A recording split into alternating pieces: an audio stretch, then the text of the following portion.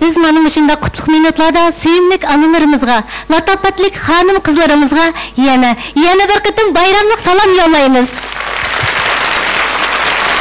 Shu munosabat bilan biz barliq xonim qizlarimizga Guzellik Lirikisi degan bu musiqani bayramlik sovg'at sifatida sunduq. Qabul qilinglar. Marhamat.